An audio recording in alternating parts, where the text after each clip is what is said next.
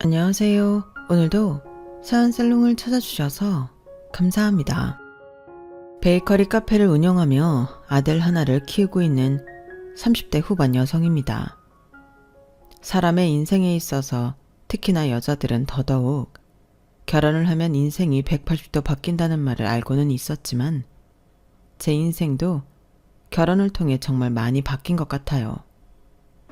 원래 결혼 전만 하더라도 그런 말을 듣고 그렇게 깊은 생각을 해본 적은 없었던 것 같아요. 나름대로 계획형 인간이라 뭘 시작하든 철저한 계획하에 진행하는 성격이라 결혼으로 인생이 변한다고 하더라도 제가 생각한 나이, 생각한 시기쯤 하게 될 거라고 막연하게 생각했거든요.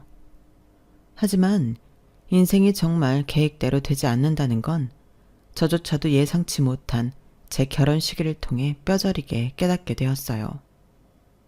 주변에서도 강박적일 정도로 계획적인 제가 그 누구보다도 무계획적으로 결혼한다는 소식을 듣고 처음엔 아무도 믿어주지 않을 정도였으니까요. 그 이유는 저와 남편 사이에 천사처럼 갑작스럽게 나타난 아들 덕분이었는데요. 무려 6개월이라는 짧은 시기 안에 생긴 아이였어요. 남편은 저희 카페가 한참 입소문 타던 시기에 저희 카페를 취재하러 온 SNS 광고 전문 회사였어요. 솔직히 말하면 남편과 연애를 하게 된 이유는 간단했어요. 늘 일에 치여 있어 누군가를 만날 여력이 없던 저에게 취재 때문이긴 했지만 제가 하나하나 신경 쓰며 만들어간 일에 관심을 가지며 서서히 다가와 부담 없이 호감을 갖게 되었거든요. 남들은 쉽게 알아봐주지 못하는 섬세한 부분까지 관심을 가져주며 일일이 감탄 어린 시선을 보내주는 점이 참 위안이 되고 고맙더라고요. 처음엔 그런 작은 호감으로 시작했지만 취재가 끝난 후에도 연락이 오며 인연을 이어가려고 노력한 남편 덕분에 금방 친해졌고 연인이 됐어요. 외모적으로도 제 스타일이었고 일하면서 제가 하는 일을 잘 알게 되고 나니 말이 통하는 부분도 많아졌어요. 남편 역시 일 때문에 카페를 많이 다녀봤던 터라 보통 남자라면 질색할 만한 카페 투어도 선뜻 관심 있게 다녀주었어요. 그러다 보니 바쁜 틈에 짬내서 하는 연애가 참 즐겁고 지루하게 반복되는 일상에 큰 환기가 되어주더라고요. 남편과의 연애는 안정적이고 함께하는 시간이 참 즐거운 완벽에 가까운 연애였지만 앞서 말씀드렸다시피 제 인생을 바꿔넣었어요. 연애 6개월 만에 생긴 아기는 남편과의 연애를 지속해야 할지 멈춰야 할지 결정해야 할 큰 고비가 되었죠. 하지만 남편이 제 손을 꼭 잡고 말하더군요. 인생에 계획 없이 생긴 일도 얼마나 멋진 일이 될 수 있는지 내가 알려줄게. 나랑 결혼하자. 그 로맨틱한 말에 홀리듯 남편과 결혼을 결심하게 됐어요. 식을 올리기 전에 아이가 생긴 만큼 모든 결혼 준비는 정말 빠르게 시작했어요. 급하게 준비하다 보니 그동안 결혼식에 갖고 있던 이런저런 로망들과는 타협을 해야 했지만 그때는 콩깍지가 두껍게 씌어있다 보니 그 모든 게 낭만처럼 느껴졌죠. 연애 기간이 워낙 짧아서 그런지 막상 서로 결혼을 하려고 보니 남편과 저희 집안이 경제적으로 생각보다 차이가 좀 있었어요. 집 이야기를 자주 하는 저에 비해 남편은 본인 이야기 외에 집 이야기는 자주 하지 않던 편이라 생각보다 제가 알고 있었던 게 많지 않더라고요. 사실 나 아버지가 중학교 때 돌아가셔서 엄마 혼자서 장사하시면서 날 힘들게 키우셨어. 정말? 왜 진작에 이야기 안 했어? 난 그것도 모르고 아버지에 대해 물어보고 그랬었네. 아직 사귄 지 오래되지 않아서 혹시 내가 아버지 없이 자랐다고 하면 당신이 나에 대해 괜히 안 좋게 생각하고 편견 가질까 봐 그랬어. 지금이라도 결혼 모르고 싶으면 이야기해도 돼. 무슨 그런 이유로 결혼을 물러. 아버지 없이 자랐으면 어때? 잘 자랐으면 된 거지. 그렇게 말해줘서 고마워. 사실은 그래서 우리 엄마가 많이 자신이 없으실 거야.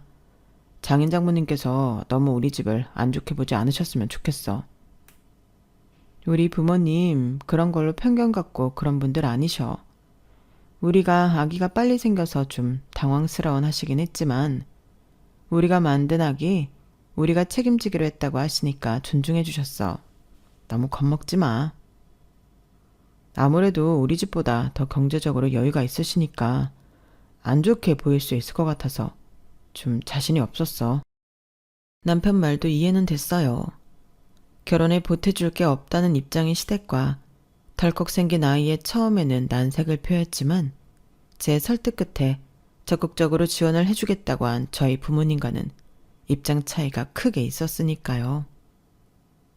저희 부모님께서 말씀은 선뜻 그렇게 하셨지만 막상 남편과 시부모님을 만나서 불편하거나 못마땅한 기색을 내비치실까봐 조금 걱정되긴 했어요. 딸이 예상치 못한 임신으로 결혼하는 것만으로도 썩 반갑지 않으실 텐데 상대방 쪽에서 결혼에 보태줄 게 없는 집안이라고 하면 반대하셔도 할 말이 없는 결혼이었으니까요. 하지만 저의 이런 걱정에 대해 부모님께서 배려해 주신 덕분에 상견례는 어색하고 불편하기는커녕 훈훈한 분위기 속에 마무리되었어요. 아우, 아이들 신혼집 구하는데 보태주신다고 이야기 들었습니다. 우리 아이들이 무슨 복이 있어 이렇게 예쁘고 착한 아내를 얻고 이렇게 사려 깊은 장애 장모님을 만났는지 모르겠네요. 아이 아빠 죽고 워낙에 아둥바둥 살아왔던 터라 제가 아이들에게 보태줄 게 하나 없어 참 미안하고 죄송스럽습니다. 그런 말씀 마세요. 그 시절에 여자 혼자 아들을 키운다는 게 어디 쉬운 일인가요? 아드님을 저렇게 훌륭하게 키워내시느라 그동안 정말 고생 많으셨어요. 싹싹한데 예의 바르고 센스도 있고 요즘 이런 사위 얻기 참 힘든데 저희도 이런 사위 얻게 되어서 참 좋습니다. 신혼집 문제도 너무 신경 쓰지 않으셔도 괜찮습니다. 다 자식 잘 살라고 모아두었던 돈으로 보태주는 거니까요. 정서방이 행복해야 우리 소은이도 행복하죠. 참 사부인께서 말씀도 어쩜 이렇게 다정하게 하시는지 우리 아들이 참 가족복이 있네요. 배려해 주셔서 감사합니다. 별 말씀을요. 요즘 애들이 자기 힘으로 내 집 마련하기도 힘든 세상인데 집이라도 도와주면 이 어려운 세상에 훨씬 짐이 덜어지겠죠. 아이들만 잘 살면 그걸로 됐습니다. 시어머니께선 큰 감동을 받으신 듯 눈시울을 붉히셨고 제 손을 꼭 잡으셨어요. 우리 아들한테 시집 와줘서 참 고맙다. 그때 저도 괜히 가슴 한켠이 뭉클해지더라고요. 뱃속에 있는 아이와 저의 임신과 갑작스러운 결혼을 비난하지 않고 축하해 주시는 부모님, 그리고 따뜻한 시어머니와 사랑하는 남편까지. 제게 너무나 안정적인 울타리가 생긴 기분이었어요. 그렇게 결혼 준비는 순조롭기만 했죠. 친정에서는 신혼집에 무려 5억이라는 큰 금액을 보태주셨어요. 덕분에 각자 직장에서 그리 멀지 않은 곳에 꽤 평수도 넓은 쾌적한 새 아파트에서 신혼을 시작할 수 있게 되었어요. 시어머니가 처음으로 묘하게 부딪혔던 건 새 집을 계약하고 난 후부터였어요. 결혼식 올리기 전부터 신혼집을 구해 같이 사는 다른 부부와는 달리 저희 부부는 괜찮은 집을 찾는데 시간이 조금 지체되는 바람에 몇 달 동안 제 자취집에서 함께 살다가 이사를 가게 되었거든요. 그런데 집을 계약하고 돌아온 날 시어머니께서 전화가 오셨어요. 오늘 신혼집 계약한다면서? 네, 어머님. 저희 둘 다 마음에 드는 곳이어서 바로 계약했어요. 그래, 잘했다. 집 알아보느라고 고생이 많았네. 명의는 공동 명의로 했고? 네? 아, 명의는 제 명의로 했어요.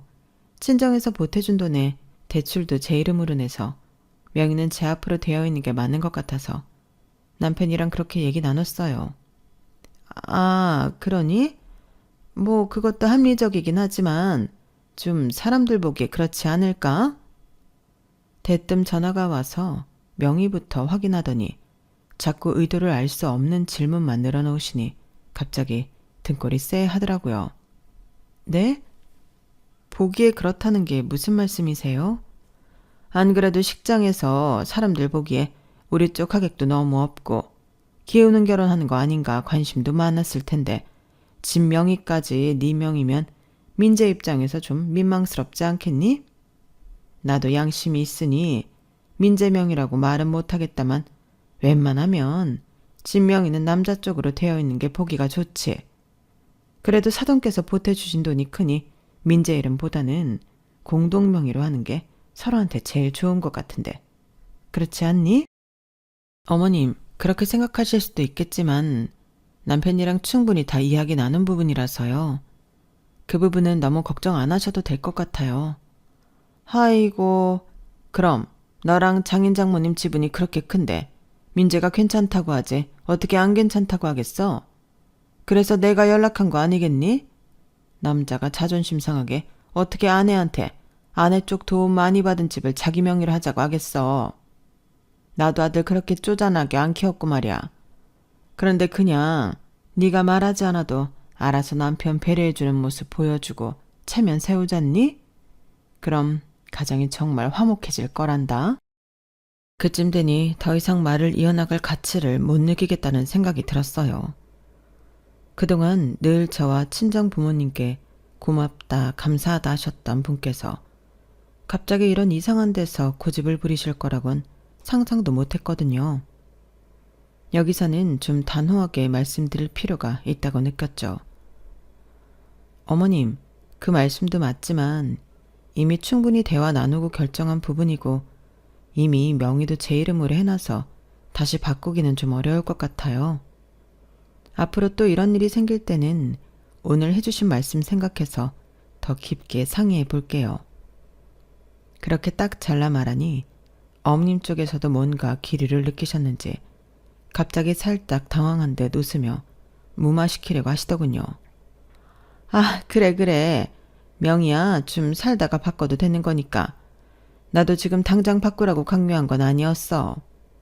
살다 보면 남편 기도 세워주고 해야 하는 순간이 오니까 미리미리 대비를 하면 좋다는 뜻이었지.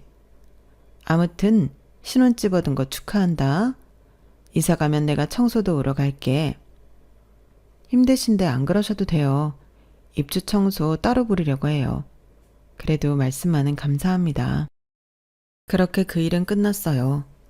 통화하는 내내 불편하긴 했지만 그 통화 이후로는 어머님께서 집 명의에 대한 말씀은 일체 꺼내지 않으셔서 금방 잊어버렸어요. 어머님은 아무 일 없었단 듯이 제게 잘해주셨고 그러다 보니 마음이 바로 풀렸거든요. 집 명의는 워낙 민감한 부분이다 보니 그럴 수 있다고 스스로 합리화를 하고 넘어갔던 것 같아요. 하지만 결혼 생활이라는 게 결코 만만치만은 않더라고요. 남편과 서로에게 힘이 되어주고 아이가 태어날 미래도 상상하며 참 행복한 신혼을 보냈어요. 주변의 본인보다 경제적으로 여유 있는 집에 결혼한다며 좋아했던 친구들도 시댁 식구들과의 갈등으로 스트레스 받는 걸 보면서 항상 친정에 감사하고 저를 딸처럼 아끼는 시어머니를 보며 조금 경제적으로 여유는 없더라도 마음이 풍족한 가족을 얻은 게 참 복이라고 느꼈어요. 하지만 그땐 몰랐죠. 시어머니의 그 풍족한 마음이 저와 친정의 지갑에서 나오고 있었단 사실을요. 결혼하고 겨우 반년 차, 저희 부부가 위기를 맞으면서 조금씩 깨닫게 되었죠. 여보, 나 회사에서 잘렸어. 이번 달까지만 하자고 하네. 뭐라고? 이유가 뭔데? 나 미워한다고 했던 팀장 있지? 그 사람이 얼마나 내욕을 하고 다녔는지 아무래도 그 사람 말만 듣고 결정한 것 같아. 이놈의 회사, 사내 정치 지긋지긋하다고 생각은 했지만 이렇게 당할 줄은 생각도 못했어. 뭐라고? 아니, 이런 법이 어딨어. 그 팀장이 나보다 훨씬 회사에 말뚝박고 있었으니 어쩔 수 없지. 그 사람 눈 밖에 나면 다 이렇게 된다고는 하더라. 그래도 그런 거 치고는 오래 다닌 것 같아. 됐어, 괜찮아, 기죽지 마. 다른 회사 가면 되지. 뭐 어때? 어차피 나도 그 인간 얘기 듣기 싫었는데 이제 안 들어도 되니까. 잘 됐네. 이직할 때도 됐고. 실업급여 받으면서 좀 쉬다가 더 좋은 회사 취직하자. 사내 정치에 휘말려 일을 그만두게 된 남편을 보면서 처음에는 크게 걱정 안 했어요. 워낙 자기 할 일 잘하던 사람이고 단순히 사이가 안 좋던 상사에 의해 그만두게 된 거였으니까요. 남편은 이직 준비를 하겠다는 명목으로 실업급여를 받는 기간 동안 쉬기로 했어요. 여보, 근데 집에서 공부만 하니까 좀 몸이 근질근질한데? 나도 남는 시간에 당신 카페 가서 일이나 좀 도울까? 에이, 뭐하러 그래. 이직 준비하는 것도 스트레스일 텐데 그럴 필요 없어. 그래도 당신은 맨날 바쁜데 나만 너무 집에서 한가하게 있는 것 같아서 미안해서. 그때 저는 2호점 오픈 준비로 한참 바쁠 때긴 했어요. 카페가 점점 유명해지다 보니 하나 더 내보고 싶다는 욕심이 들더라고요. 한참 사업을 확장하는 중이라 일손도 많이 필요하던 시기이기는 했죠.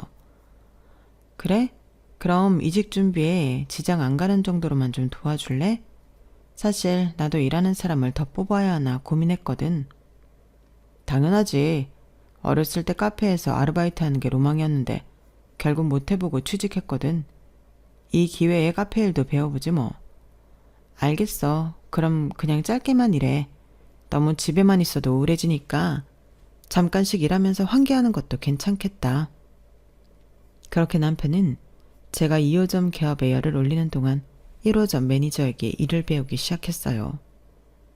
1호점 매니저는 1호점 오픈할 때부터 저와 쭉 함께 해준 직원이었는데 일도 참 잘하고 성실하고 야무진 사람이라 가장 신뢰하는 직원이었거든요. 2호점 오픈하고 안정되면 매니저에게 지점 하나를 맡겨야겠다는 생각을 했을 정도로요. 지훈아, 우리 남편 좀 잘 부탁해. 카페에서 일은 처음 해봐서 열심히 가르쳐서 부려먹어. 알겠지? 네, 사장님. 열심히 가르쳐 보겠습니다. 그렇게 남편은 1호점에서 단기 아르바이트를 시작했고 저는 2호점 신경 쓰느라 1호점은 전혀 신경을 못 쓰고 있었어요. 가끔 남편 보러 건너가면 남편은 일이 적성에 맞는지 재미있게 일하고 있었고 매니저도 남편이 일을 곧잘 한다고 하더군요. 그러던 어느 날이었어요. 여보, 실업급여 기간 끝나가지 않아? 저번에 본 면접은 어떻게 됐어? 아직도 소식이 없는 거야? 아, 여보. 그게 나 사실은 당신한테 할 말이 있어. 혹시 나 그냥 1호점에서 카페 일하면 안 될까? 뭐? 그냥 카페 일을 하겠다고? 취직 안 하고? 하다 보니까 일이 너무 재미있고 잘 맞아서 다시 회사 일을 한다고 생각하니까 벌써부터 지치고 힘들어서. 카페 일은 아무리 힘들어도 당신 일이라고 생각하면 기운도 나고 좋은데 회사 일은 한번 당해서 그런지 괜히 내가 또 새로운 사람들이랑 적응할 수 있을까 싶고 너무 두려워. 여보, 그래도 나는 우리가 다른 일을 하는 게 좋을 것 같아. 사업은 사업이야. 잘 되면 좋지만 안 될 경우엔 어떡해. 한 명은 안정적인 수입이 들어오는 게 우리한테 좋지 않겠어? 사업이 잘 안 되면 괜히 서로한테 엄청 예민해질 텐데. 내가 그러지 않으려고 노력할게. 그리고 지금 이렇게 잘 되는데 설마. 내가 정말 열심히 할게. 응? 그래도 나는 반대야. 다른 건 몰라도 난 당신이 사업하는 사람이었다면 결혼 안 했을 거야. 당신이 사업 초기 단계부터 일을 해본 게 아니라서 그런 소리를 할 수 있는 거야. 그럼 나보고 다시 그런 양아치 같은 인간들 바글바글한 광고업계로 돌아가라고? 내가 그렇게 모함당해서 회사에서 쫓겨나는 걸 봤으면서? 그 팀장, 이 회사 저 회사 옮겨다녀서 인맥도 많아. 내가 취직하려고 할 때마다 해박 놓는 게 아니면 내가 왜 아직도 아무 회사도 못 붙었겠냐고. 그냥 나를 이 업계에 발 못 붙이게 하고 있는 거라니까? 이러면 안 되는데 싶으면서도 남편이 너무 억울한 듯 말하니까 마음이 흔들렸어요. 그렇게 3달간 냉전이 이어졌어요. 저는 남편이 제 사업에 합류하는 건 절대 반대인 입장이었고 남편은 카페 일 외엔 하고 싶은 게 없다는 입장이었죠. 하루는 너무 우울해하는 남편을 보니 마음이 쓰여 넌지시 매니저에게 물었어요. 지훈아, 우리 남편 일 좀 곧 잘하니? 네, 정말 열심히 하세요. 일에 애정이 있는 게 보이세요. 그래?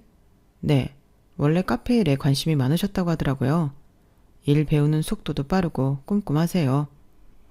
계속 쭉 같이 일한다고 생각하면 괜찮겠어? 그럼요. 주저없이 대답하는 매니저를 보면서 내심 속으로는 미안한 마음이 들었어요.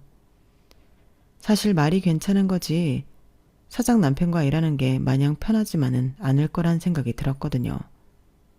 그렇다고 남편을 제가 있는 2호점에 데리고 와 하루 종일 붙어서 일하는 건 부담이 되더라고요. 차라리 일하는 시간 동안은 떨어져 있는 게 나을 수도 있겠다는 생각이 들었죠. 그래서 오랜 고민 끝에 결국 결론을 내렸어요. 여보, 그럼 계속 1호점에서 일해봐. 지은 매니저한테 잘 배우고 정직원으로 채용해 줄게. 정말? 여보, 너무 고마워. 내가 앞으로도 정말 열심히 일할게. 남편이 기뻐하는 모습을 보면서도 정말 이게 맞나 고민이 됐지만 별 다른 방법은 없었어요. 실업급여 기간이 끝났는데도 남편에게서는 회사 합격 소식 같은 건 들려오지 않았으니까요. 그렇게 남편이 본격적으로 직원으로 채용되어 일을 시작하고 나서 한두 달은 조용했어요. 그런데 얼마 후 어머님 생신 때 갑자기 일이 터졌죠. 어머님 생신 축하드려요. 아유, 매년 이렇게 잘 챙겨주니 정말 고맙다. 별 말씀을요. 당연히 챙겨드려야죠. 이렇게 맛있는 음식도 먹고 예쁜 백도 받는 것도 참 좋지만 이번 생일에는 내 부탁 하나만 들어줬으면 좋겠는데 어떻게 생각하니? 부탁이요? 무슨 부탁인데요? 우리 민재가 너희 카페에서 일하기 시작했잖니. 그런데 정직원으로 채용을 했다면서? 네, 남편이 카페 일을 해보고 싶다고 해서요. 내가 생각을 해봤는데 네 체면도 그렇고 민재 체면도 그렇고 좀 아내가 일하는 카페 정직원으로 일한다고 하면 너무 좀 그렇지 않니? 너도 어디 가서 남편 무슨 일 하냐고 물었는데 내 카페 직원이야 하면 좀 그렇잖아? 솔직히 말하면 그 부분은 저도 조금씩 신경이 쓰이던 참이긴 했어요. 남편이 쉬는 걸 아는 주변 사람들이 슬슬 근황을 묻기 시작했는데 제 카페에서 일하고 있다고 말하기가 좀 꺼려지긴 하더라고요. 그래서 저도 고민이에요. 1호점에 저랑 오래 같이 일한 매니저가 있어서 매니저를 점장으로 승진시키고 이 사람한테 매니저 업무를 맡겨볼까 해요. 정말이야, 여보? 너무 경험이 부족하긴 하지만 지훈 매니저 옆에서 많이 배우면 괜찮지 않을까 해서. 아유, 그건 안 된다. 세상에, 그래도 명색의 사장 남편인데 점장이 따로 있고 매니저를 시킨다고? 저도 이 사람이 그동안 카페 일을 좀 해본 사람이면 점장 시키죠. 하지만 아직 바리스타 자격증도 못 땄고 베이킹도 이제 막 레시피 배워서 겨우 따라가는 수준이에요. 매장 운영하는 업무도 아직 잘 모르고요. 아유, 그거야 일 배워가면 하면 되는 거지. 그렇다고 어떻게 남편을 그렇게 말단부터 올라가게 하니? 가족 사업이라는 게 왜 좋은 거겠어? 너무 그렇게 냉정하게 굴지 말고 이것만큼은 내 말 들었으면 좋겠다. 아무리 내가 보잘것없는 시어머니라고 해도 이 정도 부탁은 들어줄 수 있지 않니? 어머님, 무슨 말씀을 그렇게 하세요? 이건 그냥 제 영업 철칙이랑 안 맞아서 고민한 거예요. 이렇게 최단기간에 매니저를 올리는 것만 해도 정말 큰 결심한 거예요. 나도 네가 일으킨 사업이니 평소라면 네 의견 정말 존중하겠지만 세상 사는데 체면이라는 것도 얼마나 중요한데 직원들이 사장 남편인 거 다 아는데 매니저라고 하면 얼마나 깔보겠니? 나중에 자리 잡고 하면 어차피 다 같이 하게 될 텐데 자리만이라도 미리 승진시켜 놓으면 직원들 보기에도 이상하지 않지. 네 주위에 말하기에도 그럴듯하고 너도 곧 아이가 태어나면 당분간 자리를 비워야 하지 않니? 엄마 말씀이 맞기는 해. 보통 카페 일한다고 하면 아르바이트 한다고 생각하는 사람도 많고 나한테 맡겨주면 나 정말 일 열심히 배워서 잘할게. 여보, 지훈 매니저도 있으니까 걱정 없잖아. 애 키울 생각하면 더더욱 그렇고. 아이 얘기까지 나오니 정말 고민이 되더라고요. 결국 긴 고민 끝에 남편에게 1호점을 맡기기로 했어요. 미안해요.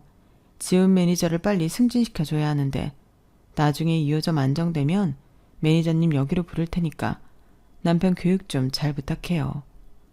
걱정 마세요, 사장님. 그렇게 매니저에게 남편 교육을 맡기고 남편을 점장 자리에 앉혔어요. 다행히 1호점 매출은 흔들림 없이 그럭저럭 괜찮게 나왔고 지훈 매니저도 별다른 불평이 없었기에 1호점은 그렇게 잘 돌아가는 줄로만 알았어요. 남편을 점장 자리에 앉히고 얼마 안 있다 예정일보다 더 이른 날짜에 갑작스럽게 아이를 낳게 됐어요. 아이가 태어나고 2년 정도는 가게를 매니저와 남편에게 맡기고 집에서 아이만 돌보기로 했어요. 아이를 낳고 나니 가게를 남편이 봐주고 있다는 게 묘하게 안심이 되더라고요. 하지만 아이가 100일을 넘기고 나서부터 가게 매출이 눈에 띄게 줄고 있는 게 보이더라고요. 뭐가 문제인지 개입하려고 해도 남편은 조금만 기다려봐라. 요즘 경기가 좋지 않아서 그렇다는 말로 저를 안심시키려고만 하고 어떤 해결책을 내지는 않았어요. 그러다 보니 답답해서 못 견디겠더군요. 결국 아이 돌을 치르고 나서 바로 일에 복귀하기로 결정했어요. 아이를 맡기기 위해 시터를 알아보고 있던 도중에 시어머니께서 연락이 오더라고요. 며느라, 아이 돌봐줄 사람 구한다면서? 아직 너무 어린데 아이를 다른 사람 손에 맡기는 건 좀 그렇지 않니? 저도 신경이 쓰이기는 한데 가게 매출이 좀 안 좋은 상황이라서 현장에서 파악해보는 게 좋을 것 같아서요. 그렇다고 친정 도움받기에는 저희 엄마께서도 갤러리 일 때문에 바쁘셔서 부탁하기 어려운 상황이라. 아우, 뭐가 걱정이야. 놀고 있는 내가 있는데 애를 봐줘도 피가 섞인 할머니가 봐주는 게 낫지. 걱정 말고 나한테 맡겨. 네? 어머님 너무 힘들지 않으실까요? 무리하지 않으셔도 돼요. 남한테 돈 주고 맡길 바엔 내가 낫지 않겠니? 시트도 엄청 비싸던데. 나한테 맡기면 그 돈도 긋고 좋잖아. 시터 잘못 구하면 괜히 애한테 무슨 짓 할지도 모르고 불안해서 남한테 애를 어떻게 맡기니? 어머님이 맡아주신다고 하면 너무 감사하죠. 저희가 용돈은 넉넉하게 챙겨드릴게요. 어? 아니야.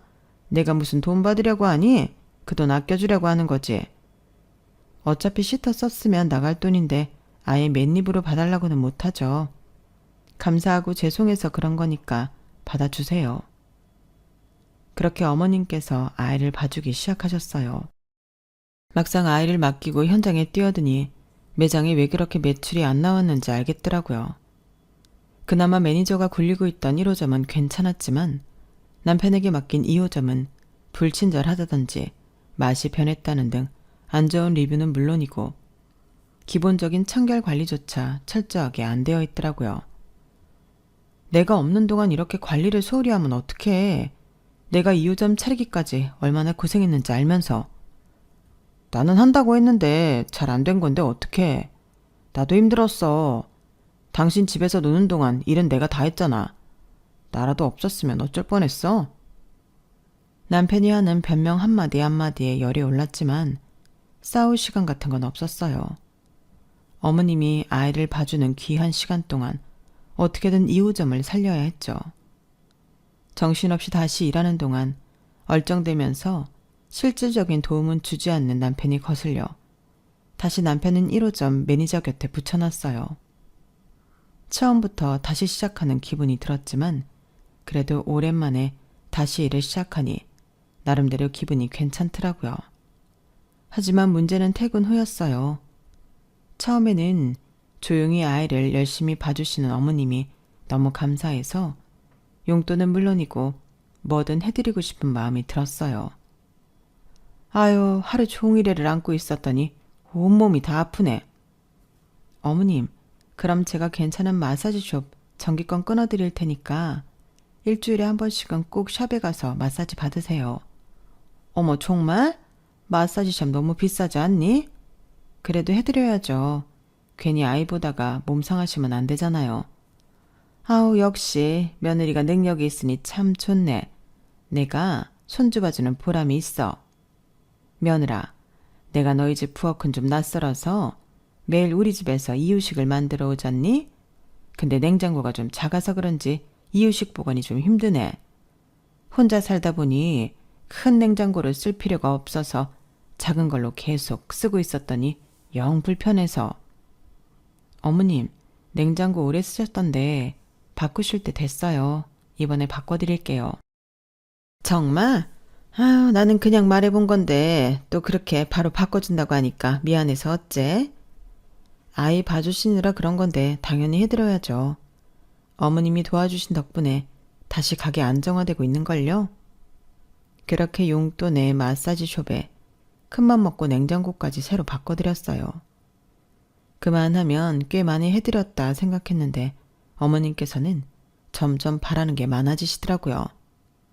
내가 낮에는 애들 보느라 집안일 할 힘이 없어. 요즘 로봇 청소기인가? 그런 게 참 좋다는데 하나 사주면 어떻겠니? 너도 육아해봐서 알겠지만 끝나면 기운이 쫙 빠지잖니. 네, 어머님 이해하죠. 그런데 이번 달은 가게 매출도 안 좋고 상황이 좀 좋지 않아서 조금 기다려주시면 해드릴게요. 그렇게 몇 달 있다 청소기까지 무리해서 해드리고 나니 살짝 이게 뭔가 싶은 생각이 들더라고요. 어머님이 아이를 봐주시는 건 감사하지만 어느 순간부터 남에게 맡기는 것보다 심리적으로 부담이 되는 기분이 들었어요. 그런 와중에도 어머님의 요구는 끝이 없었죠. 아우, 니네 휴가 간다면서. 나도 이번에 친구들이 여행 가자고 하는데 내가 돈을 벌기를 하나 뭘 하나. 갑자기 가자고 하는데 선택하질 못하겠더라. 포상휴가라 생각하고 비행기랑 숙소값만 좀 지원해 줄 수 없겠니? 그쯤 되니 솔직히 화가 나더라고요. 용돈을 적게 챙겨드리는 것도 아니고 충분히 생활비에 경비 모아서 여행도 다닐 수 있는 정도였거든요. 그런데도 경비까지 내놓으라고 하니 조금 억울한 감정이 들었어요. 여보, 어머님 너무하신 거 아니야? 좋은 마음으로 아이 봐주시는 건 알겠지만 여행 경비까진 솔직히 너무 벅찬 것 같아. 남들은 그냥도 부모님 여행 보내드리는데 뭐 그거 가지고 그래. 엄마 평소에 고생 많이 하시잖아. 한번 푹 쉬다 오시라고 보내드릴 수도 있지. 지금 우리가 여유가 있는 상황이면 당연히 해드리지. 그동안 해드린 것만 해도 살짝 벅찬 수준으로 해드렸는데 더 요구하시니까 솔직히 너무 힘들잖아. 그래도 좀 해드리자. 살면서 여행 몇 번이나 보내드린다고. 그렇게 말하기엔 친정 부모님한테는 뭐 하나 제대로 해드린 것도 없잖아. 장인 장모님?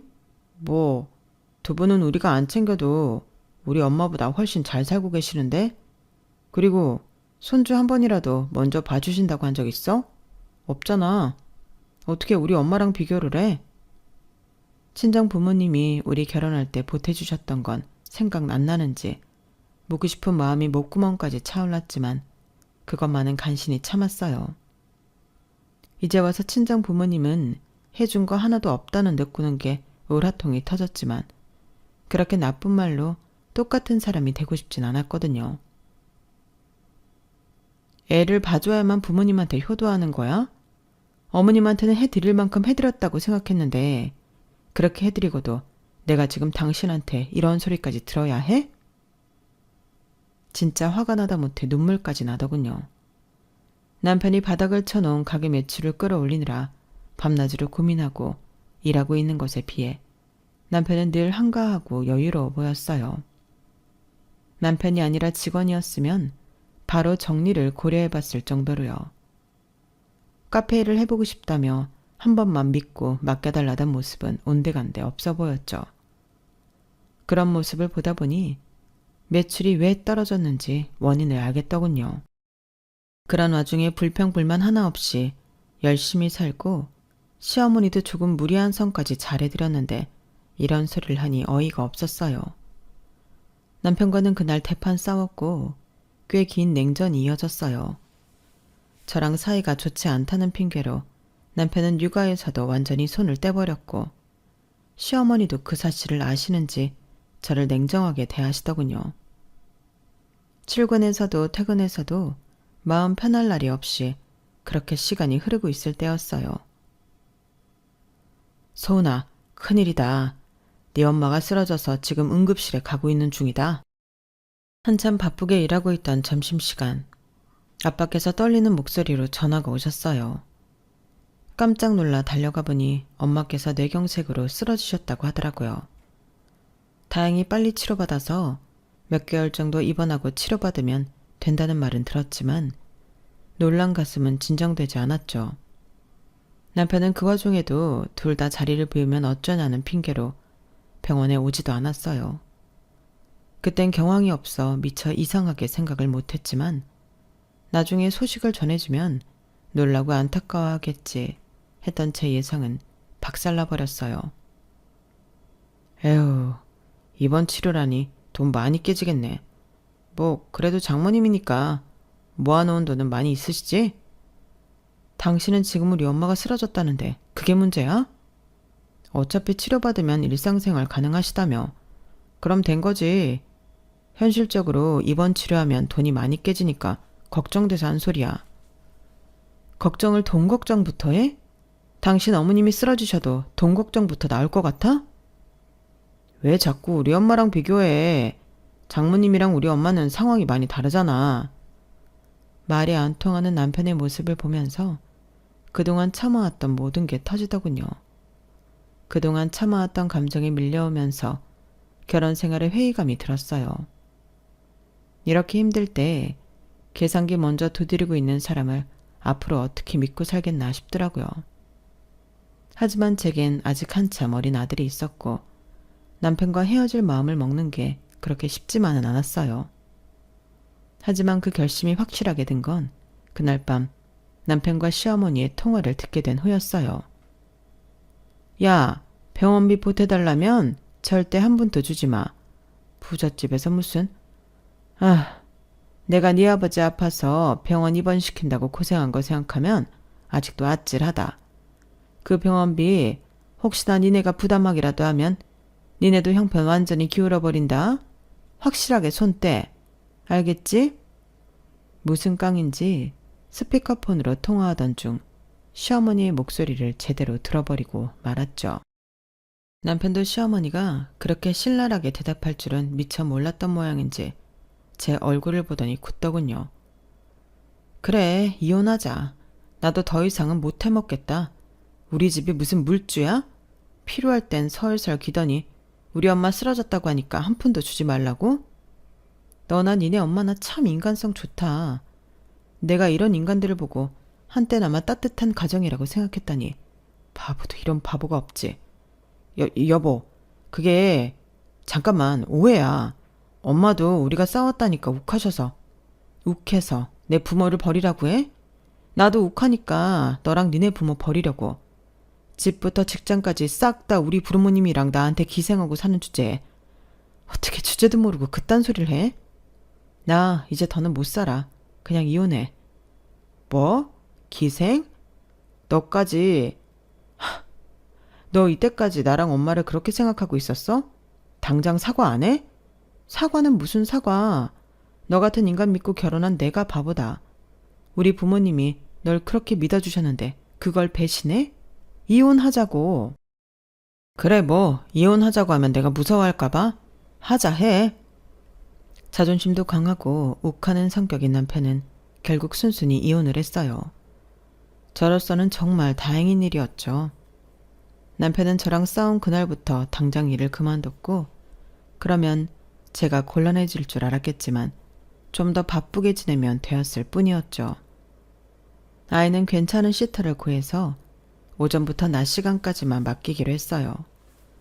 얼마 안 있으면 어린이집에 갈 수 있는 나이가 되어서 어린이집에 맡길 수 있으면 부담도 좀 줄게 되었죠. 남편이 그만둔 뒤에는 매니저를 점장으로 승진시켜줬어요. 그게 동기부여가 되었는지 휘청이던 2호점 매출은 나날이 성장했고 제가 1호점을 맡아 다시 매출 안정화가 되었죠.